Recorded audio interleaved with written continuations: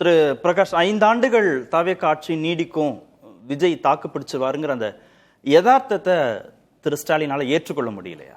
இல்லைங்க, ஸ்டாலின் ரொம்ப short term கவர்மெண்ட்டுக்கான ஆளே கிடையாது. எடப்பாடி ஆட்சியில் இருக்கும்போது செந்தில் பாலாஜி வராரு. செந்தில் பாலாஜி நான் இன்னும் ஒரு 20 அதிமுக எம்எல்ஏக்களை கூட்டிகிட்டு வரேன்றார்.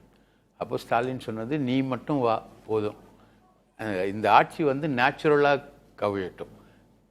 அவர் ஸ்டாலின் ஆசைப்பட்டது ஜெயலலிதா உயிரோடு இருக்கும்போது ஜெயலலிதாவை டிஃபீட் பண்ணணுன்னு தான் அவங்க ஆசைப்பட்டாங்க. கவர்மெண்ட் ஃபார்மேஷன் அந்த மாதிரி ஒரு ப்ராசஸில் தான் வரணும்னு ஆசைப்பட்டாங்க. இப்போ ஒரு 36 பேர் கொண்ட கமிட்டி போட்டிருக்காங்க. திமுகவுடைய தோல்விக்கு மிக முக்கியமான காரணம் அப்படின்னு நீங்கள் பார்த்தீங்கன்னா, அவங்களுடைய வேட்பாளர் செலெக்ஷன்ஸ் தப்பு. பெண் அமைப்பு ஒரு 60 எம்எல்ஏக்களை நிற்க வச்சாங்க. அதில் 54 பேர் தான் ஏற்கனவே இருந்த எம்எல்ஏக்களை தவிர்த்துட்டு, இப்போ உதாரணத்துக்கு பல்லாவரம் கருணாநிதி, தாம்பரம் ராஜா, எஸ்ஆர் ராஜா, இந்த மாதிரி ஒவ்வொருத்தரையும் தவிர்த்துட்டு, அதே மாதிரி ஒட்டப்பிடாரத்தில் ஒரு சிட்டிங் எம்எல்ஏ 3 முறை ஜெயிச்சவர், அதே மாதிரி திருச்சி பக்கத்தில் ஒரு சிட்டிங் எம்எல்ஏ 3 முறை ஜெயிச்சவர், அவங்களெல்லாம் அவாய்ட் பண்ணிட்டு இந்த வேட்பாளரை செலக்ட் பண்ணும்போது அவங்க பண்ண ஒரு பிளண்டர் மிஸ்டேக் பெரிய அளவுக்கு போச்சு. அது இல்லாமல் நல்ல வேட்பாளராக இருந்த ஸ்டாலினே தோற்று போயிட்டார். அவரை விட கொளத்தூரில் ஒரு பெட்டர் வேட்பாளரை பார்க்க முடியாது. அவரே தோற்று போயிட்டார். பட் தாவேகா அன்பாப்புலர் ஆகிக்கிட்டு இருக்கு. அதான் உண்மை. இன்னைக்கு நம்ம விவாதத்தில் ஸ்டாலினை எடுக்கிறோம். ஆனால் விவாதத்தில் எடுக்க வேண்டிய சப்ஜெக்ட் எதுனா சட்டம் ஒழுங்கு ரொம்ப மோசமாக போயிட்டுருக்கு. இந்த 10-15 நாட்களுக்குள்ள சட்டம் ஒழுங்கு ரொம்ப மோசமாக போயிட்டுருக்கு. ரியாக்ஷன், அது எப்படி ரியாக்ட் பண்ணுறாங்க இவங்க அப்படின்றத பார்க்கும்போது அதுவும் ரொம்ப போராக இருக்குது. இந்த சூலூர் குழந்தை சம்பவத்திலேயே பல மணி நேரம் கழித்து தான் விஜயுடைய ஒரு அறிக்கை வருது. இல்லை, ஒரு நாளுக்குள்ளாகவே இவங்க தான் குற்றம் சாட்டப்பட்டிருக்கிறாங்கன்னு 2 பேரை அடையாளப்படுத்திட்டாங்கல்ல. இது உங்களுக்கு அண்ணா சொன்னார் இல்லைங்களா, அண்ணா பல்கலைக்கழக விஷயத்துலையும் ஆன் த ஸ்பாட் ஐடென்டிஃபை பண்ணியாச்சு, குற்றவாளிகளை ஐடென்டிஃபை பண்ணியாச்சு. அதுக்கப்புறம் யார் அந்த சாருன்னு தானே கேட்டாங்க. அதே மாதிரி கோவையில் நடக்கும்போதும் அந்த புதரில் ஒரு பல்கலைக்கழக மாணவி மாட்டும் போதும் ஐடென்டிஃபை பண்ணிட்டாங்க, பிடிச்சிட்டாங்க. எப்பவுமே கிரைம் ரேட்டில் பிடிச்சிடுவாங்க. இந்த கிரைம் ரேட்டெல்லாம் வச்சு இவங்க கிரியேட் பண்ண எக்ஸ்ட்ராடினரி பிரச்சாரம், அதுதான் திமுக ஆட்சிக்கு எதிராக அமைஞ்சது. பெண்களுக்கு விஜயே பேசினார், பெண்களுக்கு பாதுகாப்பு இல்லை, சட்டம் ஒழுங்கு சரியில்லை அப்படின்னு ஓங்கி அடித்தார். இப்போ என்ன டேஞ்சர் வந்திருக்குன்னா, நீங்கள் பார்த்தீங்கன்னா ஒரு பொண்ணு மனு கொடுக்க வருது செக்ரட்டரியேட்டில். அந்த பொண்ணு சிஎம்ஐ பார்க்கணும் நான் அப்படின்னு சொல்லுது. அந்த பொண்ணு குழந்தையோட வந்தாங்க, என்னை கையை பிடிச்சி இழுத்துட்டாங்க, கோட்டை கீழ்ச்சிட்டாங்க, நான் சிஎம்ஐ பார்க்கணுன்றாங்க. இப்போது போன ஆட்சியில் இவங்களுக்கு உதவியாக இருந்தது, விஜய் வெற்றி பெறுவதற்கு உதவியாக இருந்தது சினிமா மட்டும் கிடையாது, சோஷியல் மீடியா. இன்னைக்கு சோஷியல் மீடியாவில் பொங்கி தள்ளக்கூடிய ஆட்கள் எல்லாமே விஜய்க்கு எதிராக பொங்கி தள்ளுறாங்க. ஒரு அம்மா பேசுது, கோவை இன்சிடெண்ட்டில் என்ன பேசுகிறாங்கன்னா, நாங்கள் சினிமாவில் வர மாதிரி நீ காப்பாற்றுவேன்னு தானே உனக்கு நாங்கள் ஓட்டு போட்டோம், நீ ஏன் ரியாக்ட் பண்ணாமல் இருக்க அப்படின்னு கண்ணா அப்படின்னான்னு பேசுது. அது திரு விஜயுடைய தவறா, அப்படியாக நினைத்து வாக்களித்த அந்த பெண்ணின் தவறா? அதுக்கு திரு விஜய் தான் அக்கௌண்டபிலிட்டியா? ஆமாம், மெரினால ஒரு குழந்தை தண்ணிக்குள்ளே போயிடுச்சு, ஆனால் திரு விஜய் முதல்வராக காப்பாற்றணும் அப்படின்னு ஒரு டிமாண்ட். மின்வெட்டு உடனடியாக அதை சரி செய்யணும், 10 ரூபா பாட்டில் அதிகமாக வாங்குறாங்க, உடனடியாக சரி செய்யணும். ஒரு புது கவர்மெண்ட் மேலே இவ்வளவு எக்ஸ்ட்ரானரி ப்ரெஷர் அப்படின்றத மக்கள் உடனே ஏற்றுப்பாங்களா, அக்செப்ட் பண்ணிப்பாங்களா? நீங்கள் தானே சார் சொன்னீங்க, நாங்கள் ஆட்சிக்கு வந்தால் முதல் நாளே முதல் கையெழுத்துலேயே எல்லாத்தையும் சரி பண்ணிடுவோன்ற ஸ்ப்ரெட்டை, ஒரு கருத்தை யார் உருவாக்குனாங்க? விஜய் தான் உருவாக்குனாரு. அப்போது அந்த எக்ஸ்பெக்டேஷன் மக்களுக்கு இருக்குது.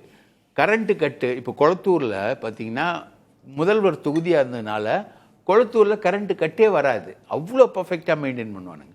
இப்போது நிர்மல்குமார் என்ன சொல்கிறாரு, கருப்பு ஆடுகள், கரண்ட்டு கட்டுக்கு காரணம் கருப்பு ஆடுகள். முன்னாடி செந்தில் பாலாஜி சொன்னார், அணில்கள் டிரான்ஸ்ஃபார்மரில் ஏறி விளையாடுறதுனால தான் கரண்ட்டு கட் ஆகுதுன்னு.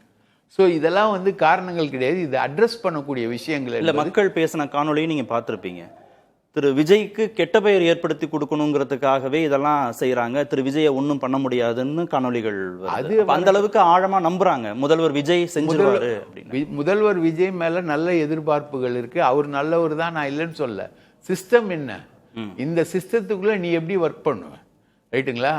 அந்த சிஸ்டத்துக்குள்ள நீ ஒர்க் பண்ணும்போது இருக்கக்கூடிய மைனஸ் என்னன்றதுதான் பிரச்சனை.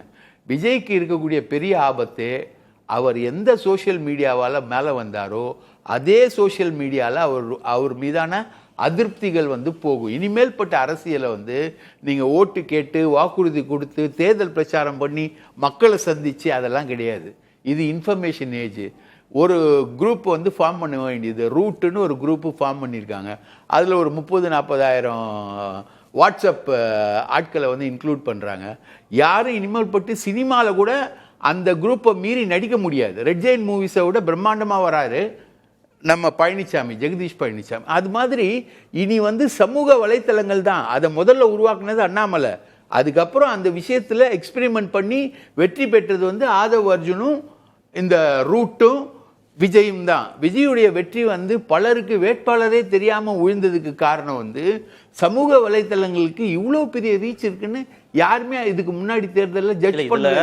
அவருக்கு பின்னடைவு வருவதற்கான சாத்தியக்கூறுகள் இருக்கா? இப்போ இந்த கவர்மெண்ட் செல்வாக்கை இழக்குது. அந்த செல்வாக்கு இழக்கிறதுனால கூட்டணி கட்சிகள் அதிருப்தி அடைஞ்சு தங்களுடைய வாபஸை திரும்ப பெறாங்களா? உடனே ஆதரவு கொடுப்பதற்கு அதிமுகவுடைய இன்னொரு அணி, பிளவு அணி தயாரா இருக்கிறாங்க.